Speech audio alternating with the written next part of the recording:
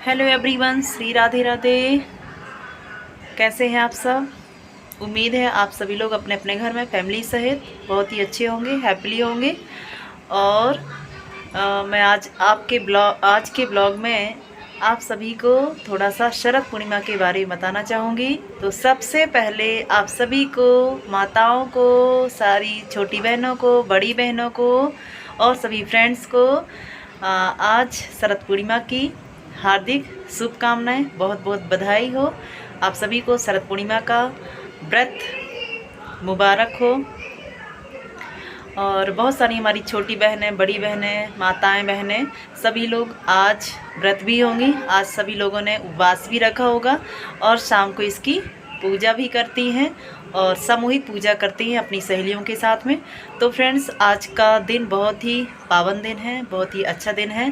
शीतकालीन पूर्णिमा जो है शरद पूर्णिमा बहुत ही शीतलता और कोमलता और प्रेम का भाव लाती है हम सभी के साथ में, मतलब परिवार के साथ में और हम सभी समाज के लिए। तो ये बहुत ही अच्छा पावन त्यौहार है। आप सभी को फिर से बहुत बहुत शुभकामनाएं, बहुत बहुत बधाई हो इस पावन पर्व की। तो फ्रेंड्स, आज के इस त्यौहार के उपलक्ष्य में मैं थोड़ा सा इसकी आप लोगों को थीम बताना चाहूँगी। तो आज के ब्लॉग में हमारा ओनली रहेगा इस शीतकालीन शरद पूर्णिमा की पौराणिक व्रत कथा की विधि और इसका मतलब इतिहास, इसको क्यों रखा जाता है, इसके रखने का क्या औचित्य है और इसका क्या महत्व है। तो आइए फ्रेंड्स, बताते हैं इसकी पौराणिक कथा, लघु कथा इसकी। देखिए, एक गांव में या एक जगह पर, कहीं भी मान सकते हैं आप, एक गांव में एक साहूकार रहते थे। बहुत ही अच्छे थे, जैसा कि आपको नाम से ही पता हो रहा है, साहूकार थे। उनकी तो दो थी बेटियां और वो दोनों बेटियां बहुत ही धार्मिक प्रवृत्ति की थी, बहुत ही आध्यात्मिक वैचारिक धारा की थी वो बेटियां। और दोनों ही इस व्रत का विधि विधान से पालन करती थी। इस व्रत को वो रहती थी। आज के दिन वो लोग दोनों उपवास रहती थी, छोटी बहन और बड़ी बहन दोनों। तो क्या होता था फ्रेंड्स, थोड़ा सा दोनों बहनों में अंतर था। बड़ी बहन बहुत ही विधि विधान से बिल्कुल पूरा व्रत का पालन करती थी और उसका पूरा नियम के अकॉर्डिंग ही उसका उद्यापन करती थी। और छोटी बहन तो थोड़ा सा थी ही चंचल, व्रत रहती थी और बीच में ही उसको तोड़ देती थी। तो फ्रेंड्स, क्या होता है, जो छोटी बहन रहती है वो व्रत को मतलब कि आधा अधूरा रखती है और बीच में ही उसको छोड़ देती है। फिर कुछ दिनों बाद क्या होता है, साहूकार जी ने अपनी दोनों बेटियों का विवाह कर दिया। जब विवाह कर दिया, अपनी अपनी ससुराल चली गई बेटियां। फिर कुछ दिनों बाद ही, चूँकि बड़ी बेटी बहुत अच्छे से नियम कानून के साथ में व्रत का पालन करती थी, शरद पूर्णिमा व्रत का, तो कुछ दिनों बाद उसके पुत्र रत्न की प्राप्ति होती है। बेटा होता है, बहुत ही स्वस्थ और संपन्न होता है, बहुत ही हेल्दी रहता है। और साथ ही छोटी बहन को भी संतान होती थी, बट होने के बाद वो एक्सपायर हो जाती थी। तो ये था इस व्रत का जो है नियम पालन ना करने का परिणाम, जो छोटी बहन को झेलना पड़ रहा था। तो फिर क्या होता है, एक दिन साहूकार जी अपनी छोटी बेटी की समस्या को लेकर के जाते हैं एक संत जी के पास। संत जी से समस्या का समाधान ढूंढते हैं। पहले तो उनको समस्या बताते हैं कि ऐसा ऐसा हो जाता है। संत जी ने कहा कि ये बेटी क्या करती थी, आपकी व्रत का पालन ढंग से नहीं करती थी और आज से ये व्रत का पूरी तरह से पालन करे, ढंग से व्रत रखे और उसका नियम का पालन करे तो इसको संतान की प्राप्ति अवश्य होगी। उस छोटी बेटी ने ऐसा ही किया।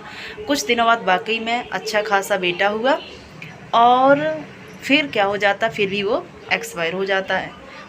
फिर उसने क्या किया, एक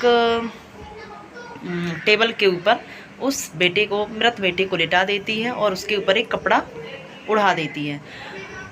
कुछ ही देर बाद उसके घर पर, छोटी बहन के घर पर उसकी बड़ी बहन आती है और वहीं पर बैठने लगती है जहाँ पर वो कपड़ा बिछा हुआ था, उसके नीचे बेटा लेटा हुआ था, मतलब मृत बेटा। तो चूँकि वो धार्मिक प्रवृत्ति की बहुत ज़्यादा थी, बड़ी वाली बहन, दोनों थी बट बड़ी वाली बहन बहुत अच्छे से नियम कानून का पालन करती थी। तो जैसे ही वो बैठने को की पल्लू से टच हो जाता है मृत बेटे से, मृत बेटा तुरंत ही रोने लगता है। तो वो बोलती है छोटी बहन से, ये क्या बोल रही थी तुम, यहाँ बैठ जाओ, मैं बैठ जाती तो क्या होता है इस बेटे का। तो छोटी बहन ने बताया दीदी ये तो मृत ही था, आपके पल्लू टच हो जाने से ये जीवित हो उठा। ये है चमत्कार आपके व्रत का, आपने कितने अच्छे से व्रत का विधि विधान किया। तो फ्रेंड्स ये होती है भाव भक्ति, जहाँ पर हमारा विश्वास है, भक्ति भाव है, वहीं पर भगवान है। हम किसी भी चीज़ को बढ़िया मन से करें और श्रद्धा के साथ करें तो हमारी हर इच्छा पूरी होती है।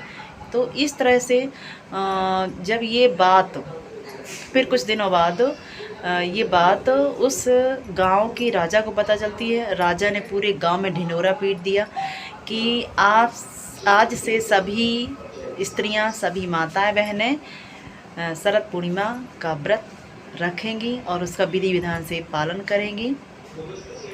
तो ये है फ्रेंड्स शरद पूर्णिमा व्रत की पौराणिक कथा। कैसी लगी हमारे कमेंट बॉक्स में ज़रूर बताइए और हमारी वीडियो को लाइक करें, शेयर करें, चैनल को सब्सक्राइब जरूर करें। हमें प्यार देते रहें, मोटिवेट करते रहें, जहाँ पर भी आपको लगे मोटिवेशनल थॉट्स हमें बिल्कुल देते रहें, कोई दिक्कत नहीं है। हम तो चाहते हैं आप सभी का प्यार हमें मिलता रहे।